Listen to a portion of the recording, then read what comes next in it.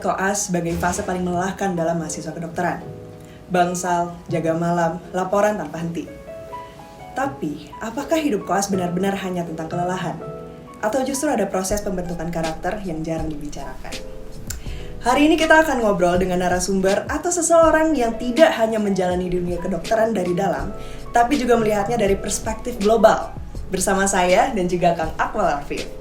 Oke Kang Akmal, gimana kabarnya hari ini Kang? Baik Siva, gimana kabarnya Siva? Alhamdulillah. Ini saya panggilnya Kang Akmal aja, aman? Ya silakan. Emang biasanya dipanggil apa? Akmal sih. Akmal, aku panggil Kang Akmal aja ya. Boleh. Kang, biar kita sama-sama kenal dulu nih. Coba boleh dong kenalan sama yang nonton di sana. Kang Akmal Rafif ini siapa sih? Waduh, oke, selamat sore semua.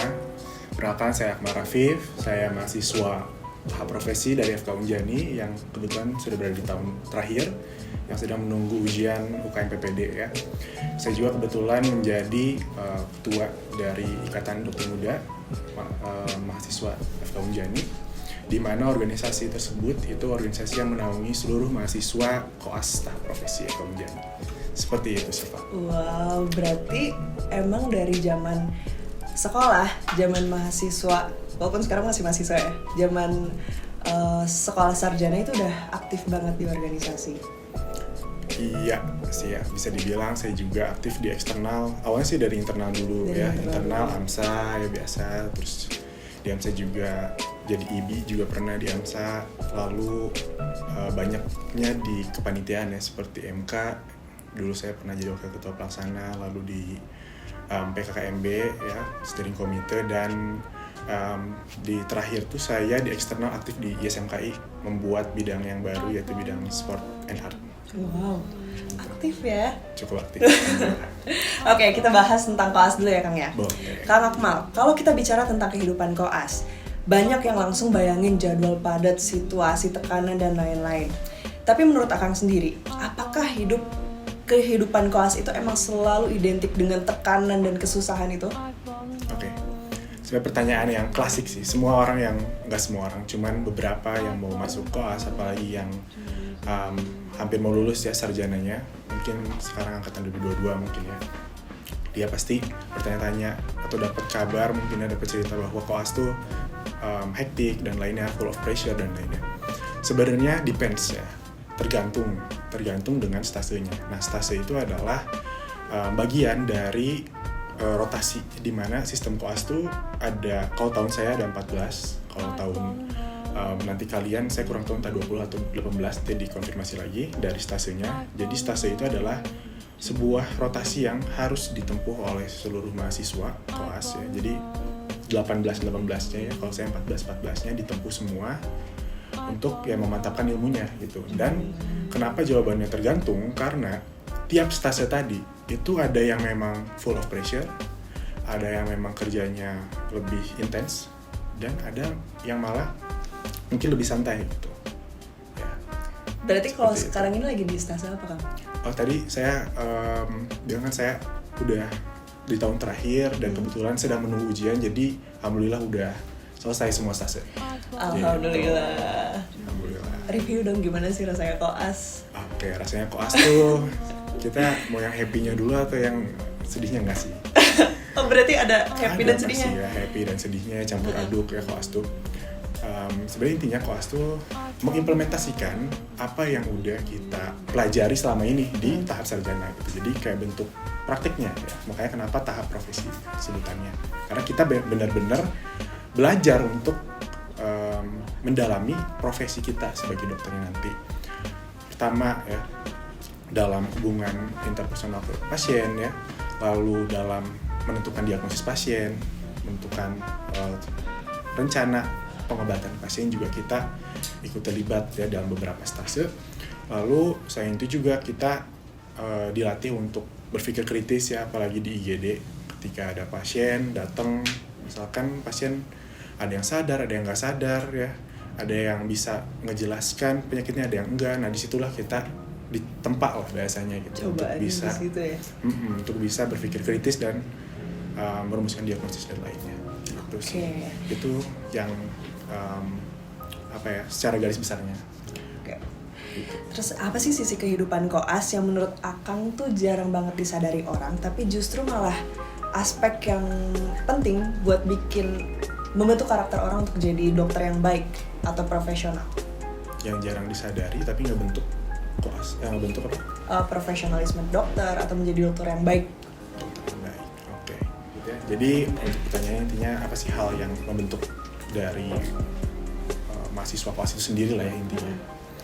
Yang pertama adalah dari segi tadi dinasnya. Dalam berdinas itu kita tergantung dari rotasinya ya. Saya bicara rotasi mayor aja deh. Jadi rotasi mayor itu adalah bagian-bagian tadi stase tadi ya, bagian-bagian tadi yang dia itu cakupan ilmunya sangat besar. Contoh ilmu penyakit dalam, bedah, ya, obgyn, dan juga anak.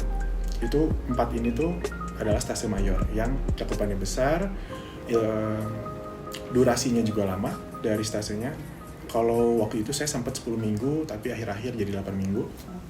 Masing-masing rotasinya. Dan di sana kita tugasnya itu berbeda-beda ya di beberapa stase.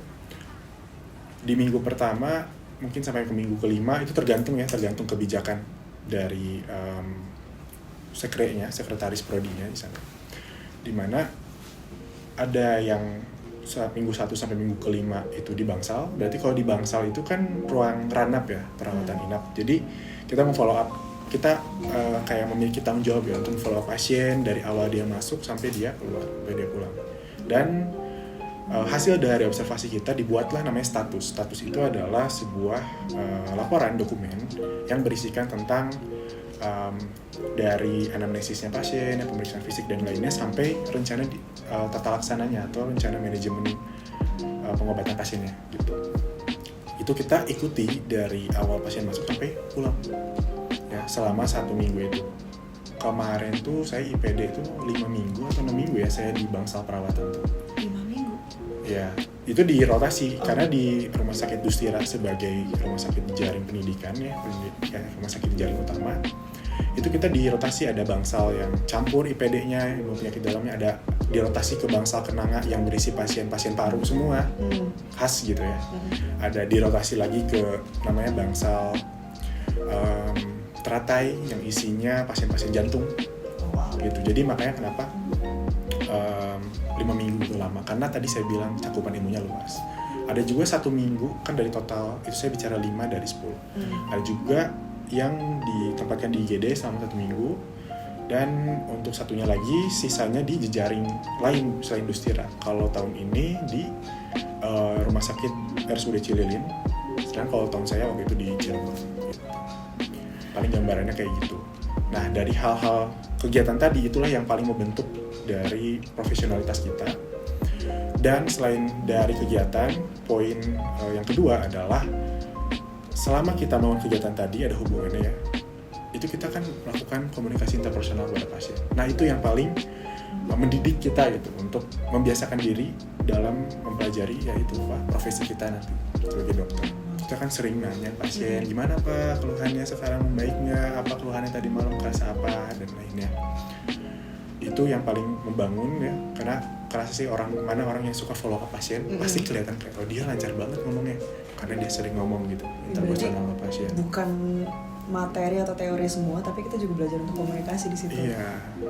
Tapi selama koas ini ada nggak sih perubahan yang signifikan, entah itu dari diri sendiri atau mungkin dari hubungan antar kawan? Wow. Banyak banget sih. Banyak banget. Ya kayak emang tahap pendewasaan kok tahap pendewasaan. Jadi udah didewasakan di sarjana ya. Dari SMA kan mentalnya beda banget lah. Gitu. Apalagi FK ternyata dar-der-dor gitu ya. Padahal baru sarjananya dulu kita ngerasa dar-der-dor. Kayaknya saya deh. Saya kalian masih sarjana. Nah, pas masuk koas tuh dar-der-dor juga dengan jenis dar-der-dor yang berbeda gitu. Kita lebih ke pressure buat harus bisa ngomong ke pasien, harus bisa nanya pasien dengan benar, baik dan benar ya. Harus bisa menggali apa yang pasien rasakan dan mengarahkan ini kemana ya diagnosisnya. Beda banget kayak pas kita sarjana ya, kayak Diskel kan udah ada sarjana, ada skenario-nya ya. Kayak, pasien berapa tahun udah. Nah ini kita harus bisa menggali dan membuat skenario itu sendiri sampai akhirnya membuat tata laksana itu rencananya. Itu yang paling didik. Terus yang kedua yang berubah signifikan itu adalah dari cara kita berkomunikasi sih. Dulu saya introvert, dulu pas masuk FK saya nggak bisa ngomong kayak gini, mungkin saya geter kali kalau ngomongnya. Tapi karena mungkin dulu sarjana sempat organisasi dan dibiasakan lagi di koas untuk berkomunikasi dengan semua usia, baik ke anak kan kita harus bisa komunikasi, ke remaja kita harus bisa, ke dewasa sampai lansia, semua umur kita harus bisa. Nah disitulah yang mendewasakan kita. Oh ya, kalau ke anak harus kayak gini bahasanya, kalau ke dewasa gini, ke lansia harus lebih slow, lebih diulang-ulang dan lain. Tapi pernah baper nggak sih kalau ketemu pasien? Baper gimana tuh? Kayak baper maksudnya entah ngelihat pasien kasihan atau apa. Wah, itu sih pengalaman yang banyak banget sih, pengalaman kayak gitu ya. Kadang-kadang ketika misalkan pasien tiba-tiba henti jantung, saya pernah hitung RJP dan saatnya RJP itu pasiennya nggak balik gitu.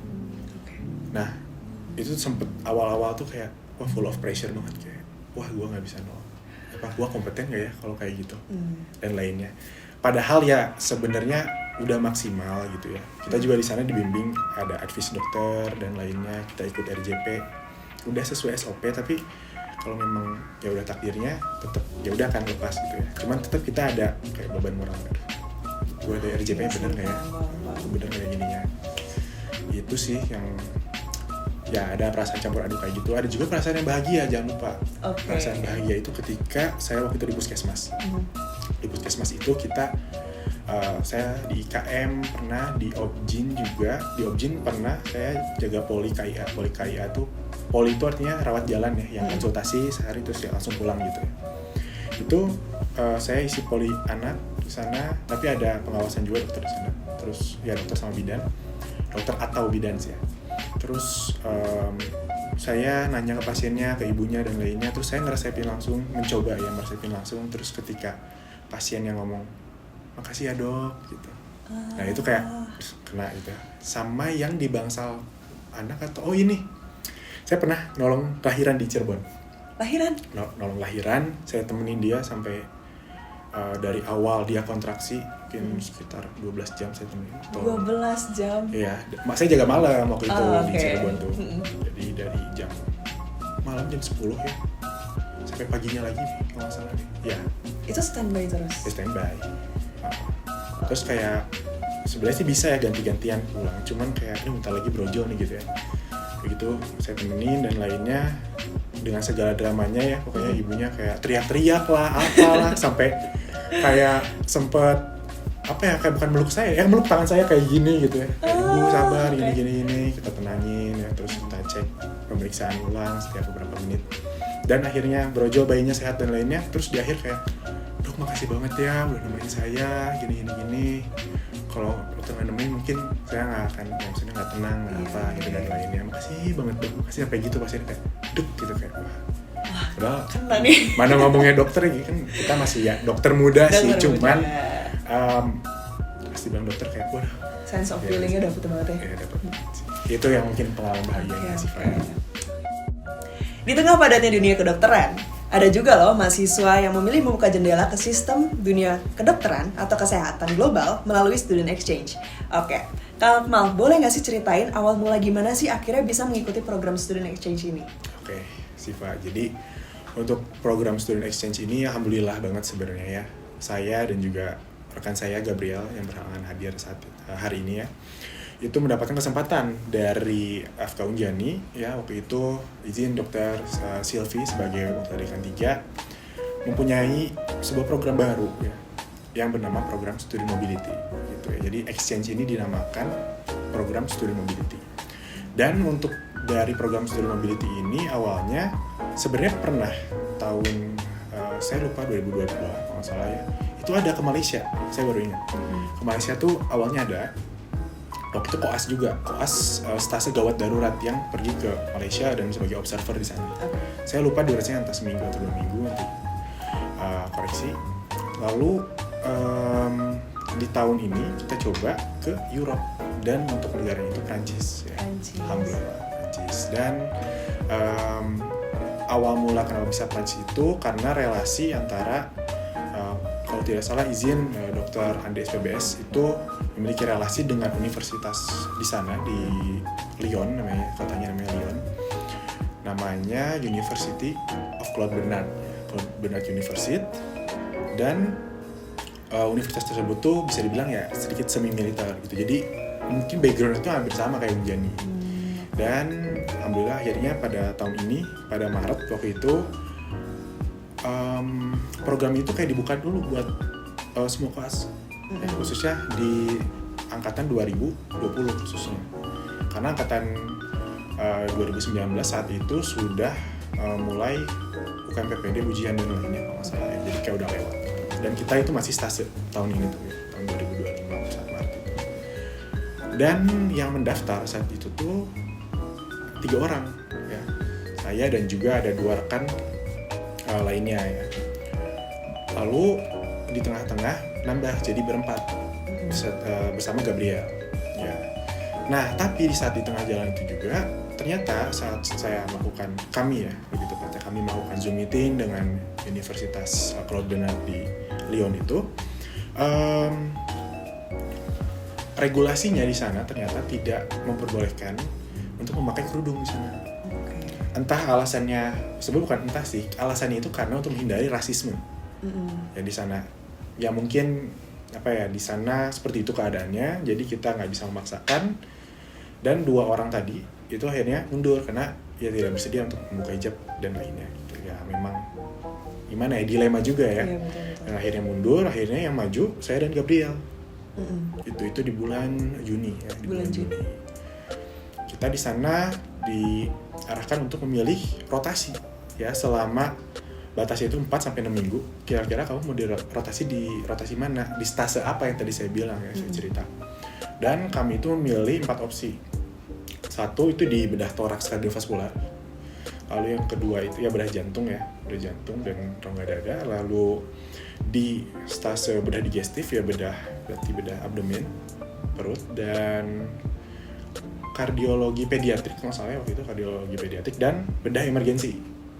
Awalnya itu kita milih 4, jadi kayak seminggu itu beda-beda.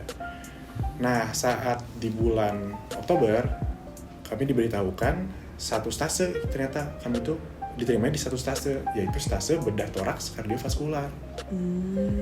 Nah di bedah toraks kardiovaskular itu akhirnya kami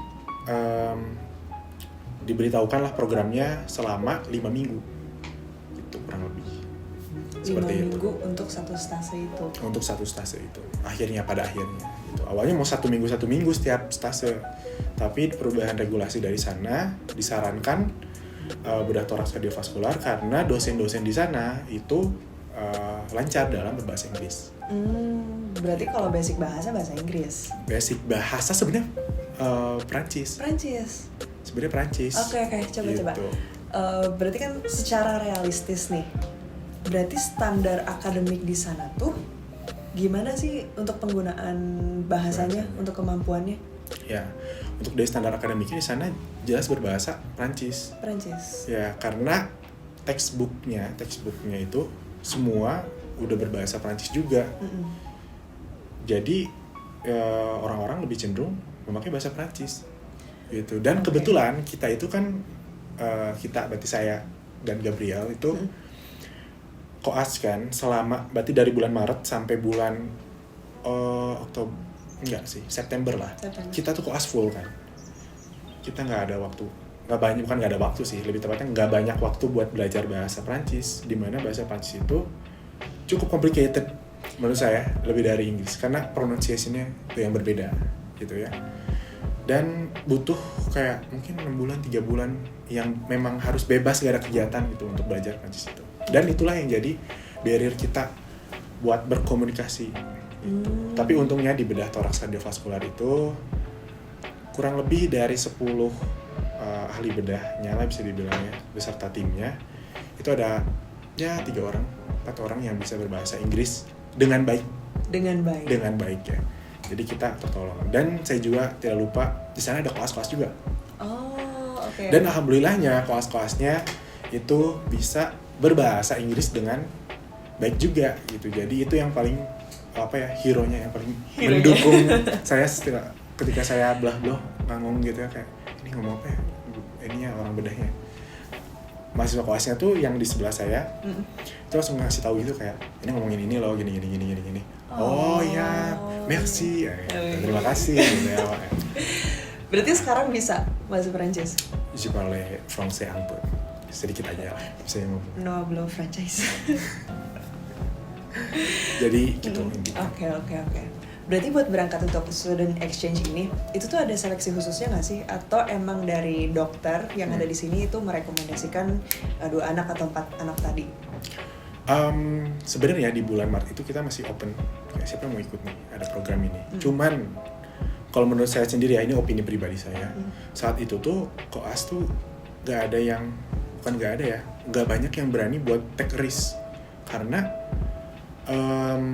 satu, program ini tuh masih uji coba. Yang kedua, orang-orang tuh mikir bahwa program ini tuh full mandiri. Padahal sebenarnya ada subsidi dari kampus dan itu sangat lumayan untuk subsidinya. Yang ketiga adalah koas yang mepet ini ya, yang serba mepet dan padat gitu ya akademiknya, itu bikin mungkin beberapa mahasiswa kayak wah nggak dulu deh ini koas ke Perancis dan lainnya gitu sih. Kalau menurut saya, opini saya sendiri yang jadi banyak orang yang belum berani mencoba gitu. Tapi saya mendapat kabar untuk tahun-tahun selanjutnya mungkin nanti akan ada kriteria. Untuk ya. Jadi ini hintnya ya guys ya. Tahun depan mungkin nanti ada kriteria akademik atau kriteria lainnya yang menjaring delegasi untuk student mobility gitu. Tapi untuk tahun saya tegaskan lagi nggak ada sih sebenarnya. Nggak ada waktu itu. Nggak ada. Berarti dari keberangkatan Kang Akmal sama Teh Gabriel waktu itu, apakah ada kompensasi nilai dari keberangkatan? Kompensasi nilai gimana tuh? Misalkan pada saat koas nilainya B, terus pada saat diberangkatkan, terus dengan stase itu, apakah ada kompensasi nilai di situ? Sebenarnya pertanyaan bagus. Oke. Iya bagus sih. Terima kasih. Karena awalnya mau kayak gitu, awalnya. Jadi karena kita keterima karena kita masukin yang admitnya itu di bedah-bedahan, ya, meskipun ada satu kardiologi pediatrik ya. Jadi 3-3-nya bedah tuh mau dikonversikan ke stase bedah, nilai stase bedah kita awalnya. Oke. Cuman saat itu rotasi bedah itu berjalan di bulan Agustus Septemberan lah. Yang mana itu tuh summer di sana, dan summer tuh libur, kampusnya libur ya, terus ya pembelajarannya nggak se-efektif itu gitu. Jadi dipindahlah ke autumn winter di bulan November ke Desember. Nah, yang mana November dan Desember itu saya udah lulus semua rotasi. Jadi ya sebenarnya internship ini tuh menambah nilai plus saya untuk mungkin nanti daftar ke sekolah lagi residen dan lainnya. Sebenarnya itu sih value-nya yang bisa dibilang ya. Gitu. Seharusnya sih kalau saya lihat negara lain tuh dikonversi jadi jadi SKS. Jadi SKS. Ya harusnya kayak gitu. Dan mungkin kedepannya akan dikonversikan menjadi SKS. Tadi mendengar kata negara lain, berarti bukan cuman Unjani atau Indonesia aja yang di-exchange-kan ke sana? Wah iya, benar. Gak cuman Indonesia aja. Dan fun fact-nya ya, teman-teman semua, saya dan Gabriel ini adalah orang yang pertama yang exchange ke Claude Bernard University itu. Oh, oke. Jadi orang Indonesia yang pertama yang mencoba ke sana gitu. Karena pas saya tanya ke divisi akademiknya, ini pernah ada nggak sih orang Indonesia yang pernah kesini gitu? Saya ke kampusnya. Jujur katanya, baru kalian doang tahu yang kesini, kata dia. Wow. Wah, langsung pantesan nggak ada operannya gitu, atau kayak nggak ada apa gitu ya. Iya, jadi kita orang pertama Indonesia, orang Vietnam udah pernah ya, orang-orang Asia lainnya, Malaysia udah pernah. Yang exchange kesana banyak dari berbagai negara. Sama saya belum jelasin juga, kan di kita tuh Universitas Jenderal Ahmadiyah ini rumah sakit di jaringnya rumah sakit Dustira kan. Kalau di sana saya masuknya ke University of Claude Bernard itu di Lyon, tapi nama rumah sakitnya Hospice gimana ya cara bahasanya? Pokoknya tulisannya Hospice Civil de Lyon. Intinya itu tuh rumah sakit sivil tuh artinya rumah sakit negeri lah ya. Itu rumah sakit RSUD-nya lah ya. RSUD. Cuma di sana keren, jadi rumah sakitnya itu di dalam satu komplek besar itu ada 4 rumah sakit ibu anak, rumah sakit neurologik, dan tempat saya magang yaitu rumah sakit kardiologik. Jadi rumah sakit yang memang semua itu isinya penyakit jantung semua. Oh. gitu. Jadi rumah sakit kardiologi gitu ya fokus dia di jantung itu. Nama rumah sakit jantungnya adalah Louis Pradel Hospital. Gimana? Louis Pradel Hospital. Louis Hospital tuh ya rumah sakit. Nggak dibaca hanya jadi hospital. Oke. Gitu. Setelah semua proses persiapan seleksi yang dilewati tuh, tibalah fase yang paling menentukan. Lolos tuh kan, menjalani dunia exchange itu. Nah, Kang Akmal, Gimana tuh? gimana sih gambaran rutinitas harian selama di sana? Nice one sih. Tapi saya mau bahas sedikit yang ini ya, yang kita lalui sampai ke sana tuh pemberkasan akademiknya, administratifnya ya, visanya itu harus dipersiapkan dengan baik teman-teman ya. Ini tips juga, paspor segera diurus ya, itu paling utama. Lalu kayak slip gaji orang tua dan lainnya ya, yang menjadi sponsor kita di sana. Terus kayak apalagi ya, surat rekomendasi akademik ya, letter of enrollment, surat keterangan mahasiswa, visa, apalagi ya, liability insurance ya, dan health insurance itu kalian harus siapin ya, teman-teman semua. Berarti yang mau exchange ya. punya berapa jangka waktu untuk nyiapin itu semua? Waktu itu disiapin berapa lama? Waktu itu kita kurang lebih kayak sebulan yang paling intens ya banget, yang kayak wah gila, pikpuk banget ya, urus sana sini. Tapi mulainya tuh hamin 2 bulanan lah. Dan kita tuh harus nyiapin surat kayak bukti tinggal di sana, siapa yang mau ngejaminnya ya, namanya pokoknya yang menjamin tempat tinggal siapa di sana, yang ditandatangani oleh penjaminnya tersebut. Terus kayak berkas administratifnya ke universitas itu saya ada berapa ya, 5 berkas itu atau 6 berkas yang berjejer-jejer dan harus diisi pakai bahasa Prancis. Oh wow. Kalau saya ya gitu, nggak tahu tahun depan ke Prancis atau enggak, tapi pada saat saya waktu itu harus diisi pakai bahasa Prancis dan lainnya.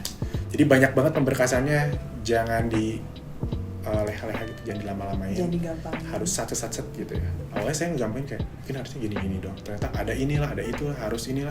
Sama ini, satu lagi. Apa tuh? Saya harus ngelengkapin vaksin. Saya harus vaksin polio ulang. Saya harus vaksin apa lagi ya gitu. DPT ulang yang kayak pas bayi dulu gitu. Kita ulang lagi. Campak, vaksin ulang. Oke. Dan semua record vaksinnya itu harus ditandatangani oleh dokter. Jadi kayak kita sibuk ngumpulin tanda tangan gitu loh. Itu 1 bulan? Iya, 1 bulan tuh semua ya vaksin lah, ya health insurance lah ya. Apalagi ya, ya pemberkasan administratif di univnya dan untuk visanya itu banyak banget. Oke, hektik. Ya itu, ini tips ya. Jadi harus diurus sedini mungkin. Balik lagi ke pertanyaannya tadi. Kan tadi udah nih beres Rutinitas. proses siap-siap, terus lolos nih seleksi kan berarti tadi Ya. scouting ya. Ya. Terus pada akhirnya nyampe lah nih di Prancis, menjalani langsung dunia klinis kan, apa berarti hadir di kelas yang sama, sistem, budaya, tapi cara belajarnya beda-beda. Yes. Gitu. Betul. Terus gimana sih gambaran rutinitas waktu pas di sana? Oke. Nah, mengenai rutinitas itu saya tadi sempat nge-highlight juga ya, 5 minggu di sana. Ngapain aja nih? Ternyata di sana tuh ada sub rotasinya, bisa dibilang kayak rotasi kecilnya. Yang tadi saya ceritakan di ilmu penyakit dalam, saya ke jantung, ke paru, dan ke yang gastrointestinal lainnya. Nah, sama di sini juga. Kita di minggu pertama itu di rawat inap kardiopediatrik. Ya, kardiopediatrik itu berarti penyakit jantung anak. Jadi penyakit jantung bawaan seperti VSD, ya ASD, PDA, dan banyak penyakit, dan banyak sekali penyakit yang saya nggak pernah lihat itu ya. Sindrom banyak banget di sana, sindrom yang mungkin saya rasa kalau di Indonesia tuh belum tentu ke screening sih. Saya kadang-kadang amazed juga di sana, wah kok bisa sih yang kayak gitu screening dan masih hidup gitu. Mungkin karena ya tingkat advance-nya, karena di sana rumah sakit khusus jantung juga, jadi lebih terkonsentrasi, jadi mungkin ya itu faktor pendukungnya. Itu minggu pertama. Saya langsung jelasin aja ya, di sana ngapain aja. Boleh. Di minggu pertama ini. Di minggu pertama saya datang di sana itu jam 8. Kalau di sini koas kita tergantung stasiunnya ya. Ada yang datang jam 5 pagi, ada yang datang jam 6, ada yang datang jam 7. Biasanya sih 5 dan 7 sih, antara itu sih. Dan kita pulangnya di jam 3 lah kurang lebih, di jam 3. pernah juga jam 4 saya di Prancis ini. Datang jam 8, di sana ada morning report gitu, morning report. Di sana pakai bahasa Prancis, morning reportnya. Untung ada koas di sebelah jadi nanya, ini bahasa apa sih pasiennya? Terus ya ngomong pakai bahasa Inggris. Oh, oke. Gitu. Terus nanti dikasih kertasnya ada list pasien dan kita kayak nandain gitu kayak, oh iya pasien ini keluhannya ini, dia sakitnya ini, dan kertasnya itu bahasa Prancis juga. Bahasa Prancis? Iya, kertasnya tuh bahasa Prancis. Kertas si operan kayak pasien usia segini, keluhannya gini. Kayak ibaratnya kamu diskel, itu bahasa Prancis gitu. Kayak skenario-nya, anamnesisnya, pemprisnya itu bahasa Prancis. Hasilnya juga. Tapi bisa waktu itu? Waktu itu bisa karena ada penyelamat koas ini ya. Yang bisa bahasa Inggris itu tadi? Ya ada koas teman baik saya, ya mungkin nonton ini, ada Roman, terus ada Jin, ada Emma, ya. Semoga nonton video ini. Makasih banget udah bantu saya dan Gabriel di sana nge-translatein kita, nggak bosan-bosannya buat nge-translatein. Respect. Jadi mereka bertiga yang ngebantuin kita di minggu pertama dan ngebantu cara hidup juga di sana.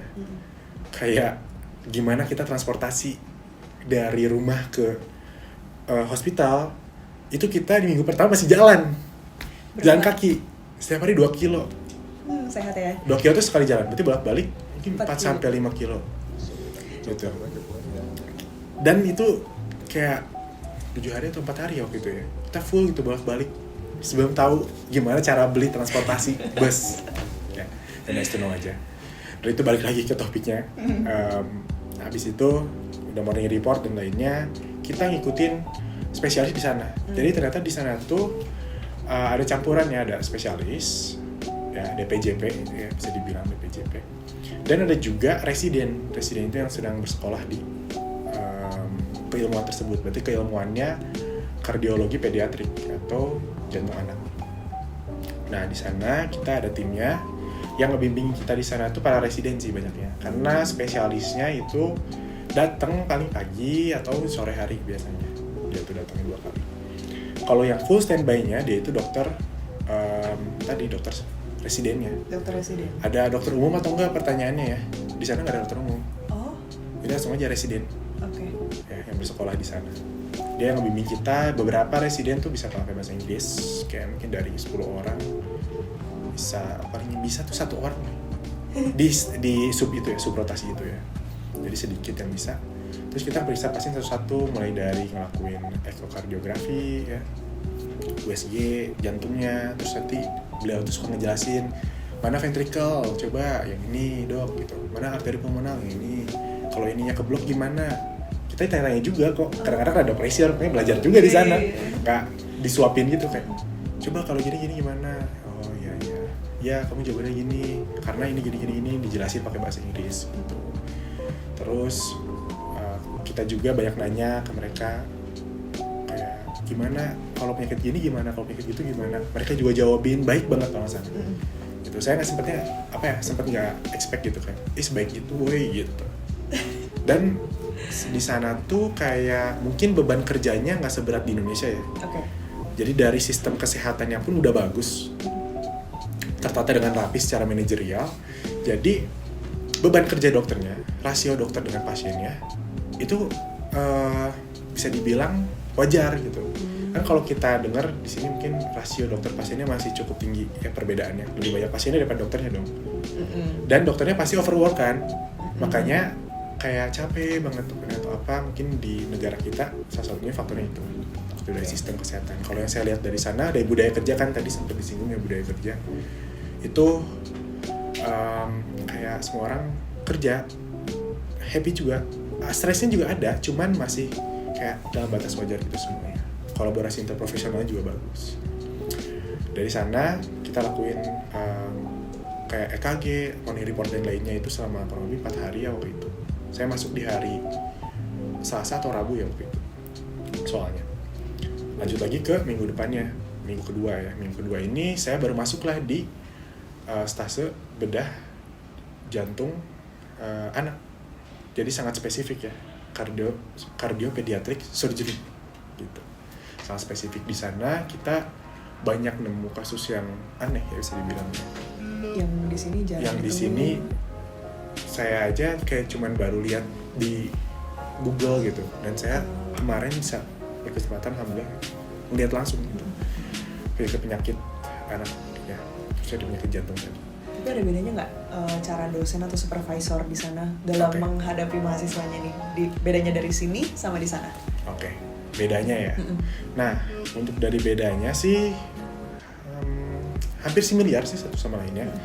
Kayak ada presentasi kasus juga ada di sana. Koas-koas tuh presentasi kasus ke spesialis, itu juga ada.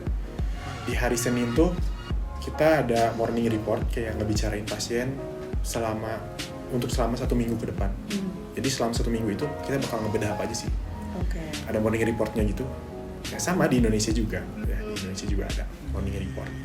Cuman di sini mungkin lebih apik ya karena semua spesialisnya ada di situ. Ada kelas-kelas juga di sana. Dan koas tuh beberapa ada yang presentasi ilmiah, presentasi kasus, ya, sama juga kayak di koas juga sama, kita ada presentasi kasus. Nah setelah itu kan pagi-pagi ya, di siang hari itu kita baru masuk ke OKA ya. OKA tuh operating room, tempat kita, misalnya tempat operasinya di sana. Terus saya sebagai mahasiswa eksternal di sana, exchange ya, saya dan Gabriel di sana hanya diperbolehkan untuk observer. Dari kontrak kerjanya pun as an observer. Ya. Jadi kita hanya melihat aja, tapi kita melihat tuh bahkan boleh sampai sedekat kayak ini operasinya di sini depan saya, kayak ini sedekat gini. Itu boleh asal kita apik aja, HP jangan jatuh ke pasien gitu ya. Bahaya. Atau apa-apa bahaya dong gitu ya. Kita harus apik gitu ya, jangan nyentuh apapun, kayak semua steril. Terus tangan harus di dada gitu ya, kayak ngelihat gini tuh boleh. Itu boleh. Dan kita pun nanya itu boleh juga ke profesor-profesornya di sana, spesialis-spesialis yang bedah tuh. Mereka jawabin semua satu-satu pertanyaannya. Dan beberapa dosen yang jago bahasa Inggrisnya, bukan beberapa dosen, beberapa dokter spesialis itu dia bahkan langsung ngejelasin tanpa kita minta gitu, kayak ini saya lagi bedah ini ya, ini tuh bagian ini saya tunjuknya, nah ini bagian ini namanya. Tapi fully semuanya pakai bahasa Inggris. Pakai bahasa Inggris. Ini katup nih, ini katup ini. Kita sekarang tutup katupnya karena gini gitu. Kan itu bedah jantung anaknya. Jadi banyak penyakit kelainan kongenital kita tangani di sana, khususnya kelainan kongenital di jantung. Sempat culture shock kan? Culture shock. Culture shocknya lebih ke ini. Ini masuk ke minggu ketiga ceritanya. Minggu ketiga kita dipindahkan ke cardiopediatric intensive care ya bisa dibilang. Jadi kayak ICU-nya tapi buat pasien jantung anak. Jadi kalau kita ngurut dari timeline-nya, minggu pertama rawat anak yang siap-siap operasi. Minggu kedua kita di bedah anaknya. Bedah jantung anaknya. Di minggu ketiga kita ngevaluasi hasil pembedahannya. Gitu, hasil pembedahannya gimana, kondisi tanda vitalnya bagus atau gimana, ada komplikasi atau enggak.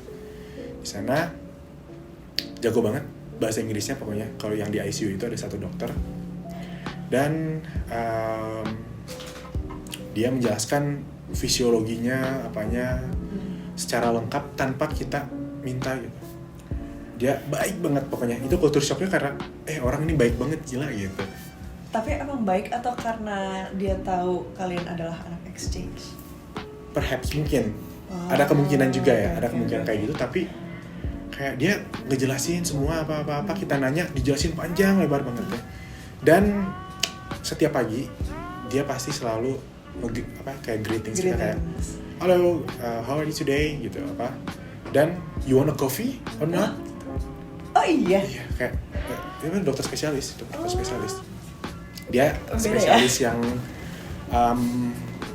bisa dibilang bukan kepala ruangannya sih, tapi kayak tangan kanannya gitu lah. Jadi kayak secara udah lama, you want coffee or tea? Do you want? You can take it if you want gitu. Seru banget. Bahkan sampai suatu waktu dia sampai bikinin, ini kopi, kasih kopi gitu. Kalau Gabriel mau apa? Kalau saya teh. Itu teh di situ. Ntar ya saya ambilin. Keren banget hospitality-nya berarti ya. Ya mungkin karena ada kemungkinan kita exchange juga bisa jadi gitu ya. Tapi dia sebaik itu. Oke. Minggu 3 tadi ya ada dokter yang baik itu kan. Dokter Bulong situ dia dokter kardiopediatrik anesthesiologist ya and intensive care. Jadi dia bisa dibilang anestesinya untuk pasien-pasien jantung anak ya yang habis post operasi ya. Itu ditangani sama beliau. Karena habis operasi bedah toraks itu pasien ini nggak bisa langsung kayak ke rawat inap biasa pulang.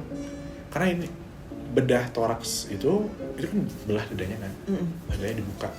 Banyak part dan itu part-partnya itu kan sangat kompleks gitu ya, dan kita juga bongkar pasang, bisa dibilang ya, bongkar pasang arterinya ya, venanya, sehingga perlu monitoring dari ritme jantungnya. Kan jantungnya kita bedah juga, kita belek. Itu kita butuh monitoring ritmenya, monitoring dari drainase habis lukanya dan lainnya, cairan-cairan lainnya, karena resiko habis operasi bedah toraks itu cukup tinggi, makanya harus ke ICU. Gitu, harus ke intensive care tadi. Nah, balik lagi dokter itu tuh ngejelasin panjang lebar ya, kita tanyain tuh dia jawab panjang lebar dan lainnya, dia kasih sumber juga ya, sumber buat kita belajar, jurnal dan lainnya. Dan yang paling saya ingat adalah ini sih culture shocknya adalah your guys, you want coffee or tea gitu ya. Itu setiap pagi dia nanya kayak gitu, unexpectedly baik banget. Come join us sama residen-residen yang lagi sekolah juga di sana. Jadi kita tuh nggak dikucilkan gitu. Dan di minggu ketiga tuh nggak ada koasnya waktu itu kebetulan. Nggak ada koasnya, jadi kayak kita diem aja nunggu dokter Bulongs itu buat nge-translatein apa semua gitu. Dan kita di sana ngumpul sama residennya, ngobrol. Terus kita juga dititipin kalau dokter Bulongsnya nggak ada, kita dititipin ke residen-residennya, ini tolong nih, dia ada di kos dari Indonesia. Kalau ada pasien ajakin ya. Kita job desk-nya hampir sama kayak di rawat inap yang minggu pertama. Kita follow pasien, ngelakuin ekokardiograf dan melakukan monitoring kayak post operasi, kira-kira lukanya ketutup sempurna nggak ya, ada kebocoran nggak habis operasi, kira-kira ada komplikasi airway, breathing circulation-nya nggak gitu. Dan residen di sana ngejelasin juga sih, meskipun Inggrisnya ya oke lah gitu, nggak yang bagus banget tapi kita bisa ngerti maksudnya apa gitu. Berarti so far di antara bahasa, ritme kerja, terus atau mungkin bahkan ekspektasi sama diri sendiri, yang paling challenging itu apa? Yang paling challenging yang paling challenging itu adalah ya tadi sih, karena bahasa sebagai barrier kan. Ya sebenarnya sih dari kita juga ada kesalahannya juga ya, nggak mempersiapkan bahasa dengan baik lah bisa dibilang, karena emang kita koas full, nggak ada schedule-nya sih buat belajar bahasa intens gitu, nggak ada menurut saya ya. Bisa tapi mungkin yang lainnya keteteran, jadi bisa, kayak bisa tapi mati gitu keteteran. Jadi ya udah, itu yang jadi challenging-nya dari bahasa, gimana kita bisa ngerti dengan adanya barrier bahasa tersebut. Ada culture shock gak selama berminggu-minggu di sana? Untuk culture shock sebenarnya lebih ke ini sih, ini nyambung ke minggu ketiga saya tuh sama Gabriel ke intensif cardiopediatric care gitu, kayak ibaratnya anestesinya lagi lah ya. Tapi untuk pasien-pasien yang jantung anak, jadi semua jantung anak tuh sampai usia di sana di bawah 18, dari neonatus bayi sampai ke di bawah 18 itu diurus di sana semua intensive care-nya. Jadi setelah minggu pertama saya dirawat inap, saya dong? Salah ya? Nggak, saya pasiennya, saya di bagian rawat inap yang untuk mempersiapkan operasi di minggu kedua itu operasinya, dan minggu ketiga kita ngevaluasi pasca operasi kan ya. Di sana sebenarnya kultur shocknya ini kayak baik banget nih orang gitu. Jadi ada dokter di sana namanya Dokter Bulongs tuh, dia anestesiologis pediatrik, cardiopediatric care. Dia di sana ngejelasin panjang lebar banget dan kayak daging semua gitu, tanpa kita kayak minta bahkan gitu. Dan saat kita nanya pun setiap pertanyaan tuh dijawab sama dia. Yang gongnya lagi adalah setiap pagi tuh dia nawarin gitu ke kita berdua kayak, you want a coffee or tea gitu. Saya masih ingat nada-nadanya. Oh iya gitu, kayak kita iya aman. Tapi pernah suatu waktu dibuatin sama dia sama kita, dibuatin sama spesialis kopinya gitu. Silakan. Ya, Gabriel dibuatin teh nggak salah. Wow. kayak makasih gitu kan kita aduh rada malu gitu ya, Karena nggak enak gitu unexpectedly baik banget. kayak tapi ada kemungkinan mungkin karena dia tahu kita masuk exchange mungkin ya. Tapi saya rasa sih selama saya 1 minggu di sana kayak baik banget, semua dijawabin pertanyaan kita nanya apapun dijabanin lah, dia ngasih materi dan lain, jadi kayak baik banget nih orang sih. Dan dia bawanya happy gitu, orangnya cheerful gitu. Ya, tapi kayaknya kalau misalkan 1 minggu harus pura-pura juga kayaknya nggak mungkin ya. Jadi kayak emang pure orang baik. Purely kind. Terus kultur shock lainnya sih di minggu keempat tuh kita kan tadi minggu 3, minggu keempat kita udah beda ya. Kita kan ke departemen bedah toras kardiovaskular di sana ada yang anak, ada yang dewasa. Minggu keempat ini kita ke yang dewasa. Okay. Ya, jadi bedah jantung dewasa ini dia lebih kompleks, dan kultur shocknya adalah sebenarnya ini saya udah tahu sebelumnya sih konsekuensinya ya, bahwa bedah toraks kardiovaskular itu minimal yang mungkin karena di bedah jantung anak itu dia kecil ya, partnya kan kecil ya, anak tuh kan jantungnya cuma segede bola golf dong. Ya kalau neonatus jadi cepat kan, kecil-kecil. Tapi kalau bedah jantung dewasa itu yang gede, jantung tuh sekepal ini, lebih besar lagi lah ya. Saya operasi 7 jam gitu, 8 jam ya. Di situ berdiri. Observating. Dan dia nanya-nanya gitu. Dokternya dari Italia, dokter Pozzi. Ya. Baik banget juga. Dia ngejelasin ke saya, ini saya lagi nge-grafting arteri buat yang kesumbat jantungnya. Saya lagi jalanin operasi CABG prosedur apa. Dia ngejelasin gitu. Kultur shocknya ya gak expect aja 7 jam. Sampai 8 jam. 7 jam 8 jam. Satu operasi itu. Oke, sedangkan? Ada 2. Oke. Tapi dokternya kayak, bebas lu mau pulang, boleh. Tapi kalau mau stay, ya nggak apa-apa juga gitu. Kalau ada kegiatan boleh cabut gitu. Tapi waktu itu udah jam 4. Tapi udah jam 4 sore gitu. Yang harusnya jam 3 balik. Jadi kayak, ya udah sih kayaknya emang harus take a break dulu. Jadi ya udah balik waktu itu. Balik. Itu minggu keempat. Terus apa lagi ya culture shocknya di sana ya? Oh ini, lucu. Apa tuh? Di minggu kelima saya dibalikin lagi ke bedah jantung anak lagi. Oh iya, di minggu keempat juga lupa saya. Selain di bedah jantung dewasa, kita juga masuk ke bagian jantung intervensi. Jadi kayak kateterisasi jantung ya. Yang dewasa bahkan yang anak pun PDA closure waktu itu ya. Jadi nutup patelosus arteriosus. Itu pakai intervensi, jantung intervensi. Jadi minimal invasif, nggak dibelek gitu. Tapi dari arteri femoral dimasukin kayak lidi gitu. Terus akhirnya bisa nutup si PDA-nya. Ya itu yang minggu 4. Di minggu kelima, kultur shock lainnya adalah kita dibalikin lagi kan ke bedah jantung anak. Nah, saat kita makan bareng, ya sebenarnya sih ini di minggu kedua juga kultur shock sih. Minggu kedua deh ya, ini minggu kedua sih sebenarnya. Pas bedah jantung ini kita udah mulai makan bareng sama konsulennya ya, sama spesialisnya, sama residen, sama koas, kita makan bareng di situ. Ya kita real ngobrol dan lainnya, saling sharing, beberapa pakai bahasa Inggris, dan juga saling nge-sharing file gitu loh, kayak lu udah punya belum file ini buku penyakit katup jantung? Oh belum dok, nih gua kasih airdrop gitu, kayak pada gitu ngobrolin. Bener-bener gak ada gap ya? Ya kayak gak ada gapnya gitu, karena satu tim misalnya, satu timnya sangat kayak bonding banget. Bonding banget. Dan kultur shocknya adalah makanannya. Kenapa? Kita sebagai orang Indonesia gitu ya, yang biasa kayak rempah-rempah banget kan, kayak asin kayak pas nyampe sana tuh kan waktu itu saya lihat gambarannya tuh kayak ada salmon, ada krimnya gitu, terus kayak ada semacam biji-bijian gitu. Saya mau itu, mau ini. Udah ya, saya kan udah ekspektasinya kayaknya sih enak nih, krimnya tuh legit gitu ya, asin, savory dan lainnya. Terus pas saya makan tuh kayak saya tungguin asinnya mana ya gitu ya, kayak bentar ini mana ya asinnya ya gitu ya. Terus ternyata ya emang kulturnya di sana tuh makanannya nggak semendok di Indonesia atau asin gitu. Jadi sana tuh ya mungkin alasannya banyak yang lifespan-nya lebih tinggi mungkin ya.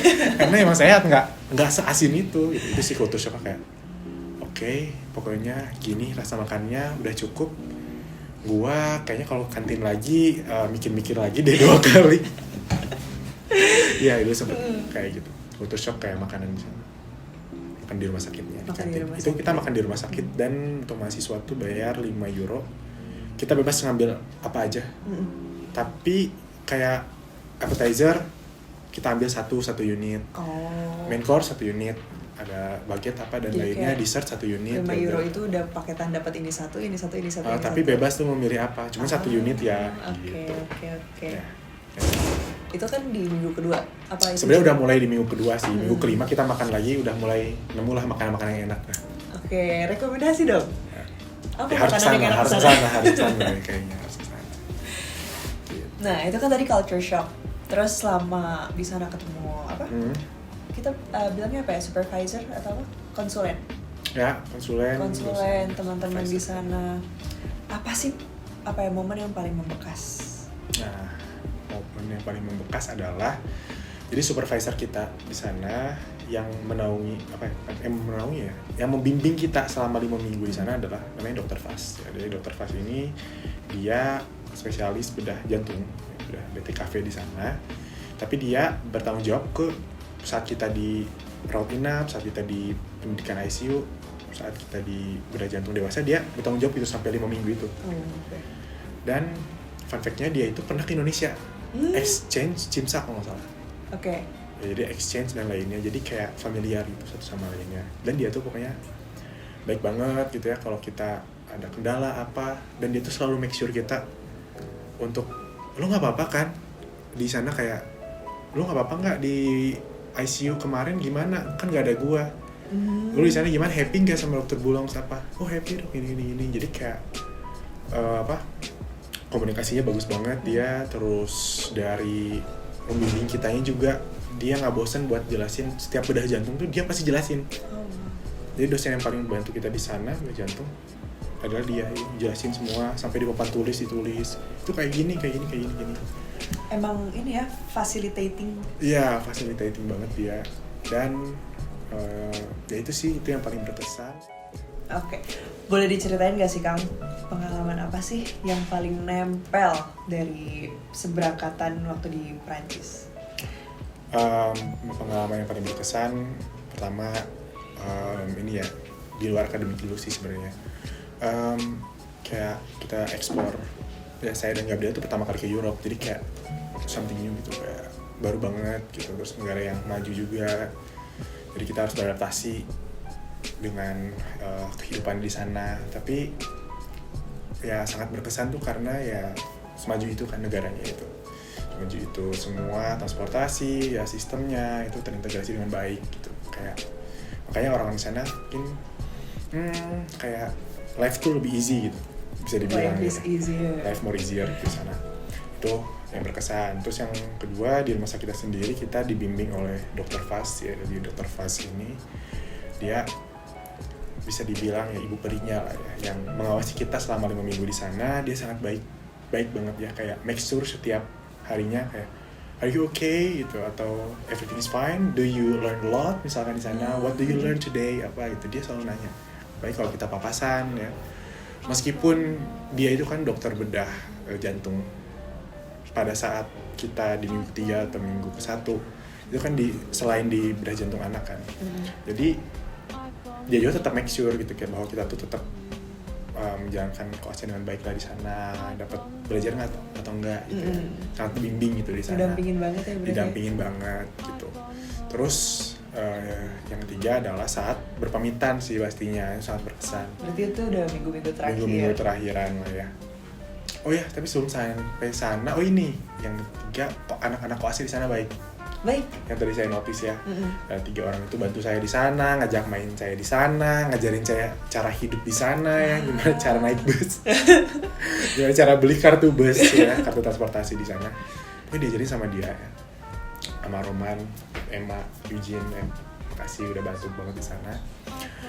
Dia koas Roman tuh last year, sisanya tuh 4th year ya, kalau salah tahun keempat. itu bantu banget, dia bisa bahasa Inggris dan lainnya, kita kebantu di sana, sangat berkesan lah ya.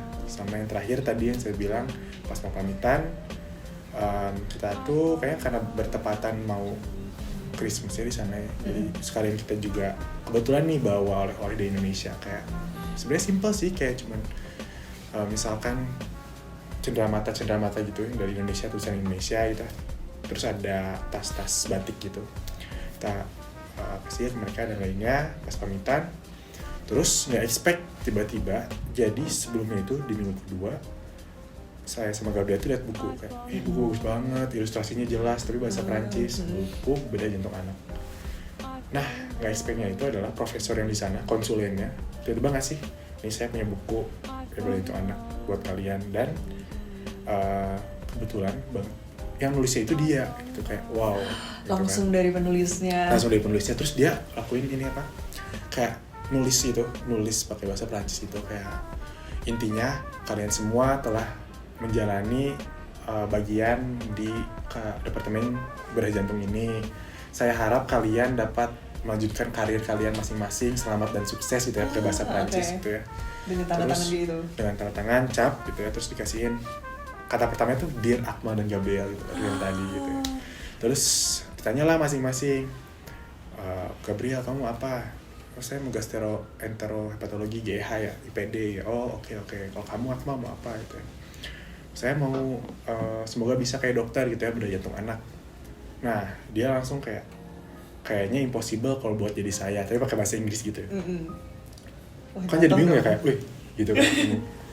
Iya, karena kamu tuh pasti lebih dan harus lebih daripada saya. Saya langsung kayak wih terbangnya coy gitu, udah kasih buku apa kayak bagus banget, makasih yang nggak expect gitu, kasih itu. Terus kita pamitan sama supervisor di sana juga sampai nangis-nangisan. Enggak sih, saya nggak nangis sih, cuman yang terharu sih, pasti terharu ya, kayak nangisan sampai ketemu lagi dan lainnya. Dan yang paling berkesan yang lainnya itu pokoknya gini, kamu kalau nanti ya bisa berkesempatan kesini lagi atau apapun itu, mau sekolah di sini lagi, kamu hubungi saya ya, dokter Fas yang bilang, kamu hubungi saya ya, atau kamu bikin paper misalkan, bikin analisis apa, don't hesitate to contact me.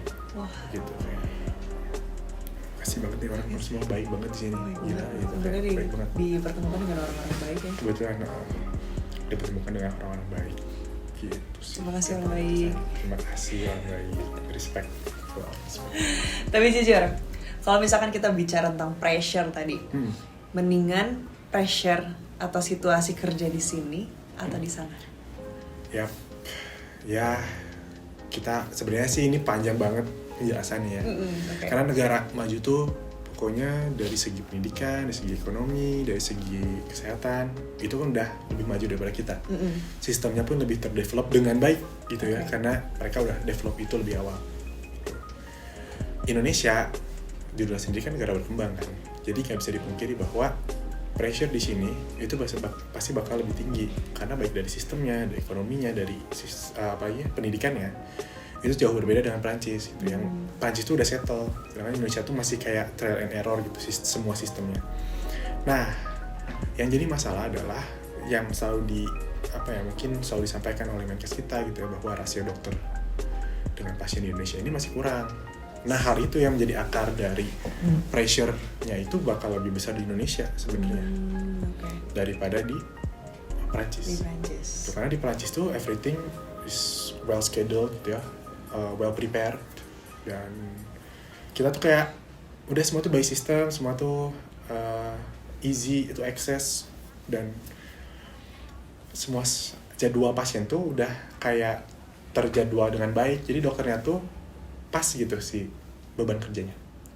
Ideal banget ya. Tapi kalau bicara sebagai koas di sana, jelas beban kerja di sana lebih ringan karena kita sebagai observer dan kita nggak ada tugas buat presentasi klinik atau apapun itu nggak ada, karena kita full time observer di sana. Kalau di sini kan kita diagnosis pasien apa semua. Ikut untuk apa ya? Ya berpartisipasi dalam semua itu. Gitu sih perbedaannya. Ini tips ya. Oke Kang, untuk mahasiswa kedokteran yang sekarang sedang nonton atau yang dengerin dan ingin mengikuti exchange, langkah konkret apa sih yang harus dilakukan mulai sekarang? Nice one sih. Itu pertanyaan yang bagus. Untuk ikut exchange, kita bicaranya yang realistis dulu, yang konkret dulu aja lah ya. Yang konkret ini, sepengetahuan saya, tahun selanjutnya nanti akan ada exchange kan ya. Akan ada program exchange ini akan dilanjutkan gitu ya. Tipsnya tadi ya? Tipsnya kalian sekolah bahasa dulu ya, persiapan bahasanya khususnya di negara yang dituju. Bagi negara-negara yang kayak Prancis ini, dia kan native language-nya ya Prancis ya, berarti belajar Prancis. Kalau mau ke Jerman ya belajar bahasa Jerman gitu. Kalau mau ke UK ya berarti mantapin lagi bahasa Inggrisnya. Tapi bare minimum banget deh, Inggris yang buat kerja pun kayaknya kalian harus bisa sih. Jadi bukan cuma buat hidup gitu, buat lo speak up ilmiah ya dan lainnya, itu lo harus bisa bahasa Inggrisnya gitu. Karena beda ya? Karena ya beda, yang formal sama yang buat hidup gitu kan. Itu satu. Terus yang kedua adalah administratif ya tadi, kayak paspor, ya visa, persyaratan visa tuh apa aja ya.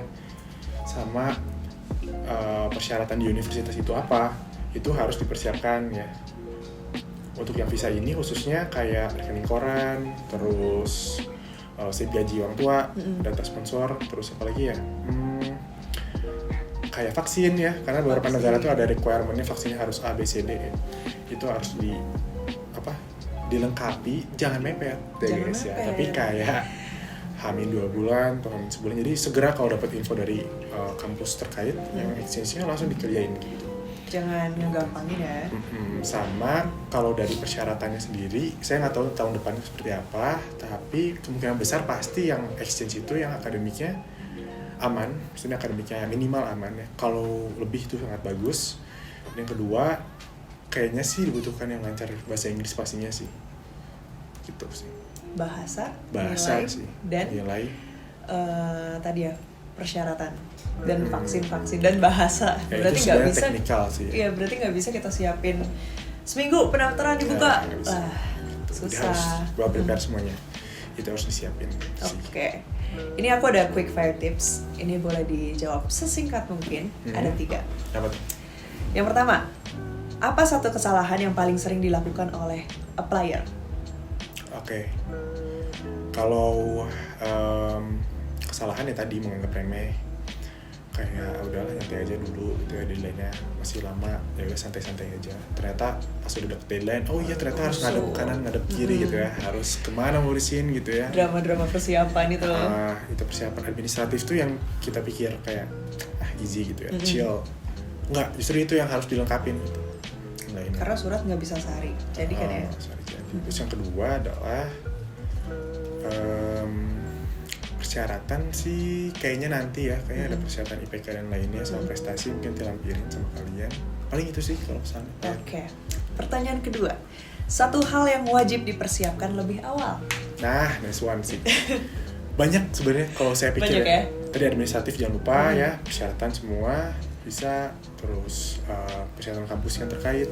Yang kedua yang paling penting adalah kalian harus bisa bilang operan dulu ya, atau sharing dulu ke teman kalian yang ada di sana.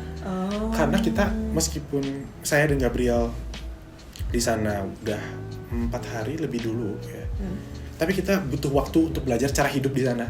Karena, adaptasi. Iya, karena kayak first time di Europe itu kayak jujur saya, ya misalnya keluarga belum ada yang kesana, gak ada yang sharingnya. Terus kita harus kayak cari cara untuk hidup gitu loh di sana, kayak belanja makanan di mana, simple aja kayaknya cari makan tuh nggak mungkin. Kenapa? Karena cost-nya di sana lumayan banget. Iya, makanya itu kita perlu cari BTW dulu saya kan. 30 hari masak sih, nggak 30 hari sih, 5 minggu ya masak. Kayak masak ya pokoknya harus mandiri gitu ya, belajar cara hidup gitu ya.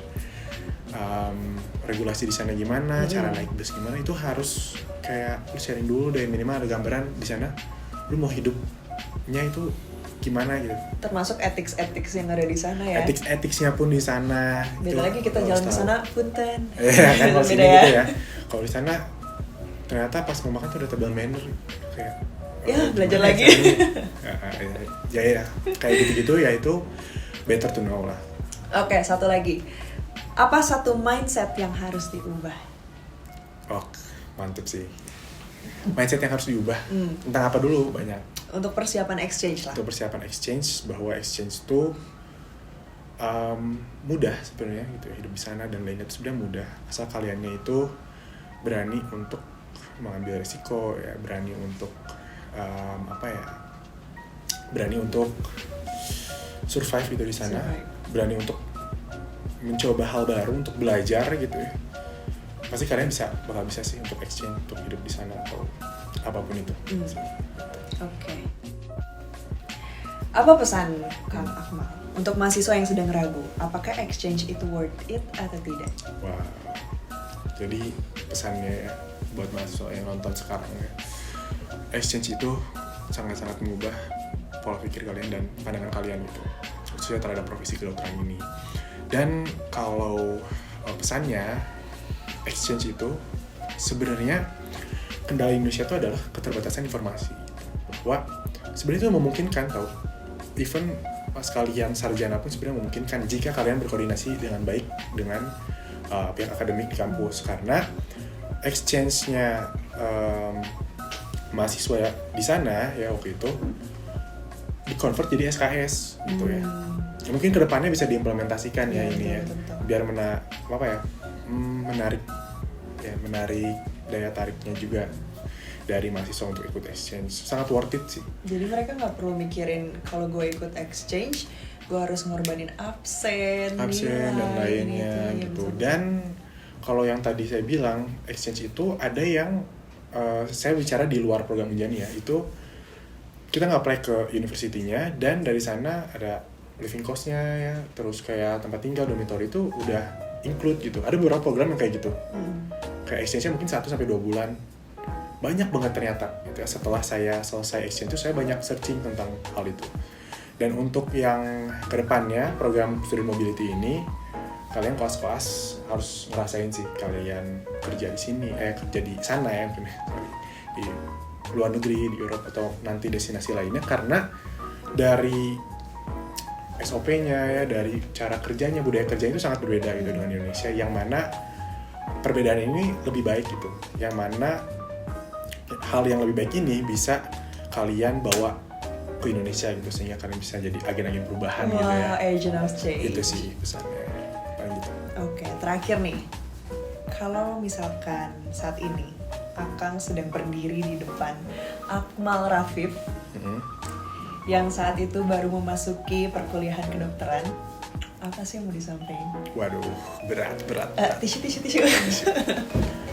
Makanya saya sampaikan ke 2020, terima kasih sudah mau mengambil banyak resiko, terima kasih sudah mau banyak ya mengambil konsekuensi apapun itu, berani untuk bertindak, berani untuk belajar lebih jauh sehingga ya bisa sampai di titik itu sih paling bisa sampai.